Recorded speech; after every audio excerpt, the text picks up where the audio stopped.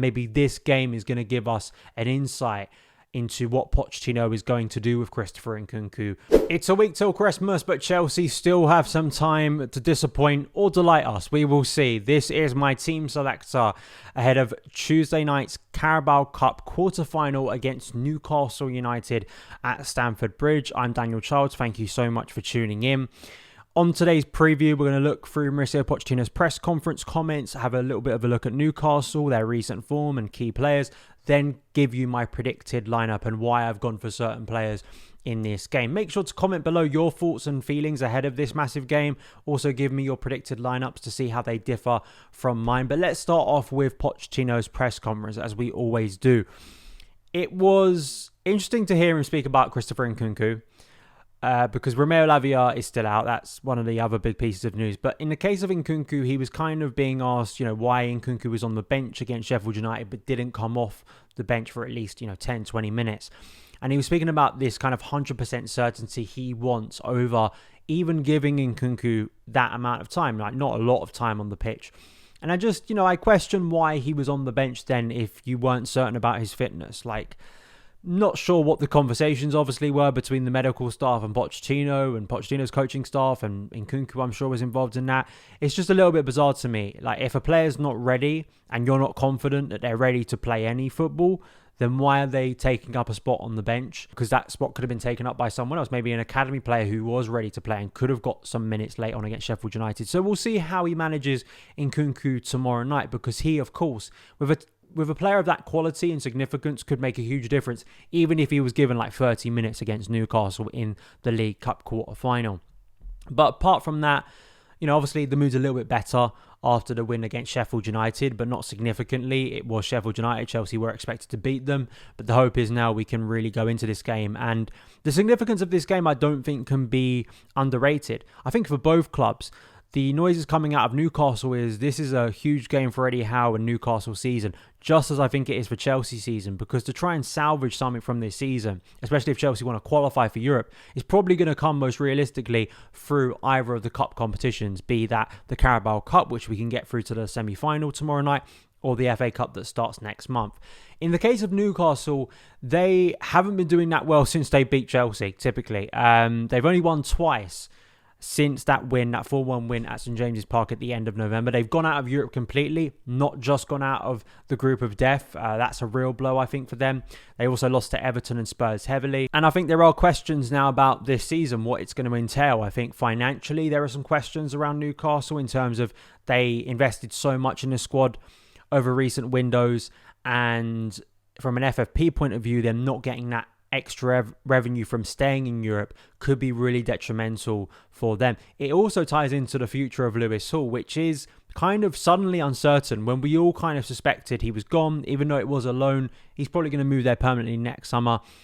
And when you actually look at his numbers and look at the amount of minutes he's had for Eddie Howe so far this season, especially in the Premier League, he is eligible to play tomorrow night. But in the Premier League, he hasn't played a lot of minutes. I think about 70. At the last time I checked. So that's not really the sign of a player that's massively in the plans. Now, I think there's a variety of reasons for that. One of those could be he's just not good enough. I don't fully buy that because I think there is a very talented player in there.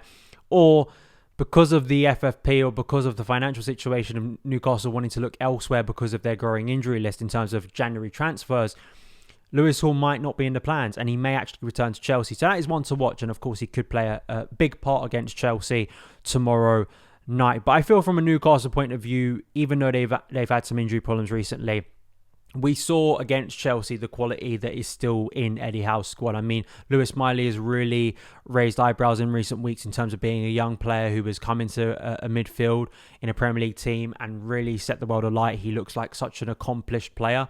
And I guess the question could be asked for Pochettino, who hasn't given a lot of academy players, new academy players, chances this year. Why haven't we? Could we uncover some players? And that's exactly what Eddie Howe has done with Lewis Miley, who has impressed.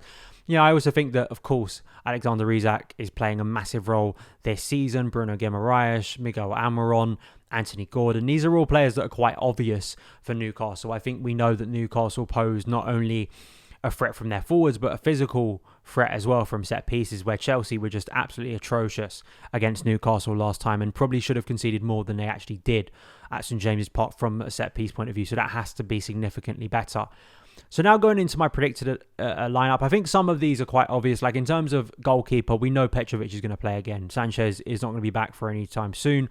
And listen, Bergstrom is not going to play. Neither is Bettinelli.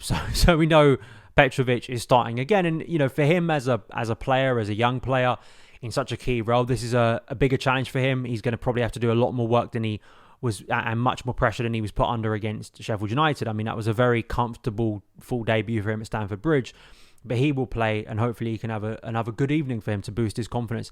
Going into the back four, that physicality is key, but, you know, Malo Gusto for me, if he's ready to start, I want him to start, because I do think against a team of Newcastle's quality, Chelsea have to use their fullbacks a lot more to try and progress up the pitch, and I want to see a natural fullback in this system. I didn't like what I saw mostly from Disasi, and I think that playing Disasi, I can understand a physical point of view, but from an attacking point of view, I think Chelsea are really hampered. If they've got two natural centre-backs on either flank, that's not helping out the wide players further up the pitch to me. So I want to see a progressive option, and I think that comes through Malo Gusto if he can start.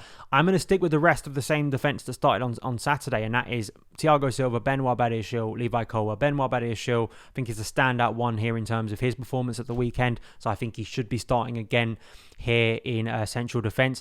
To be fair, this was the back two that did lose to Newcastle, and I can understand why some people are maybe looking at that going, oh, do I really want to play that again? I mean, there is a realism around options at the moment. Disasi has had some shaky moments. Maybe you're putting him in for Silva, but then we did that against Everton and it didn't make much of a difference. So I think Silva and Badiashile off a clean sheet. Well, I could see Pochettino sticking with that. And of course, Colwill at left back. And will Maatsen make a surprise appearance? I thought if he was going to play, he would have played on Saturday, because he didn't play here. I don't think he's going to start this game. Then we go into midfield. Enzo Fernandez, whether it was a rest or not, he didn't start on Saturday. I suspect him to start here. I think he will start in a midfield trio alongside Moises Caicedo, who I thought was my man in the match at the weekend, and the brilliant Conor Gallagher.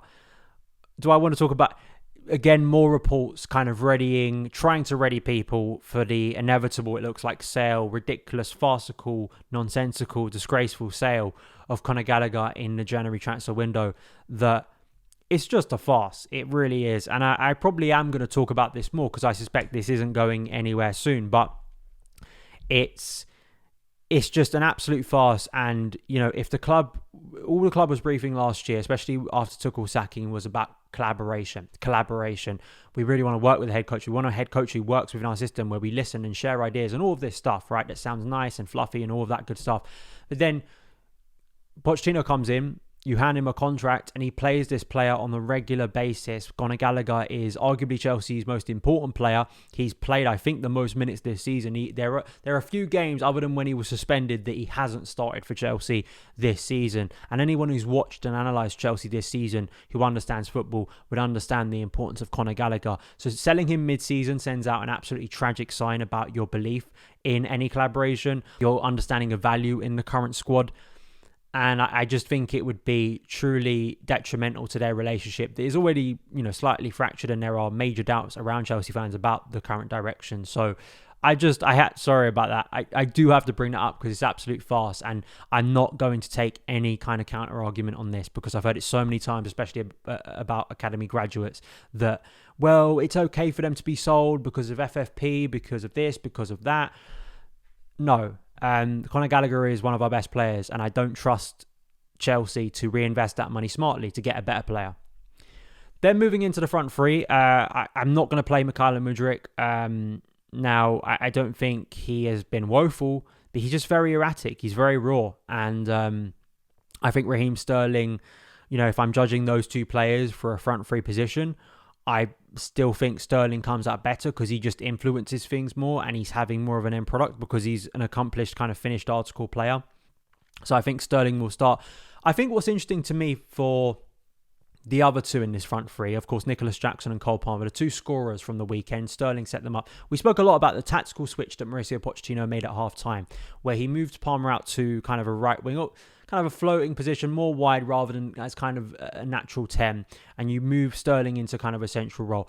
Not sure if he's going to do that in this game. It is a different type of opponent. Chelsea will be asked further questions, so then I could see more reason to have kind of wider players, a 4-3-3 that then can really exploit, especially in transition. When you're coming up against a real low block and you very much are just being given the ball most of the possession, and you have to break a team down and you have to find ways of creating gaps, creating space, very much stretch the defence.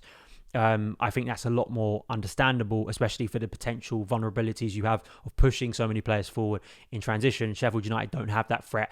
Newcastle do.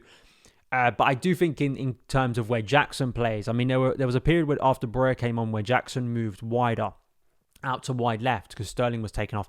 And I remember in the summer when we signed Nicholas Jackson, one of the initial kind of assessments about him was he was a player that could play on the out on the wing, not just as a centre forward. And I feel that this is a relevant point in terms of how this attack is going to look moving forward into 2024 with the return of Christopher Nkunku. How is it going to look? I want to hear your thoughts on that. How would you set up this team? And would you be open to seeing Nicholas Jackson, who is providing goals this season, actually to a wider position rather than playing as a typical number 9? Because, you know, I remember that game against Arsenal. We did play more of a 4-4-2 and Gallagher was very much playing forward and he does naturally. He doesn't really play on the left of a midfield three. He's always advancing. He's trying to play that very aggressive, almost at times N'Golo Kante role that we saw where he's really advanced, trying to be the first man to win the ball back, pressing, harrying, all those things that Conor Gallagher does so effectively. But then when you have a player like Nkunku returning and you have Nicholas Jackson and you have Cole Palmer, how does that look? And I think that's going to be fascinating. And maybe this game is going to give us an insight into what Pochettino is going to do with Christopher Nkunku over the long term. Even if, I know it sounds kind of a little bit weird, even if he doesn't play a major role, it's just interesting to see how he maybe starts to reconfigure that attack. Now he does have Nkunku basically ready or close to ready, we hope. So those are my thoughts. That's my predicted lineup. Please do give me yours in the comments below. If you enjoyed this video, please do me a massive favor. Hit that like button, really helps the show out. Hit that subscribe button. Share the video around with friends so more Chelsea fans can get involved in the community. If you're listening on the podcast feed, thank you for tuning in as well. Follow me across the socials at SonOfChelsea, and I will see you again very soon. All the best.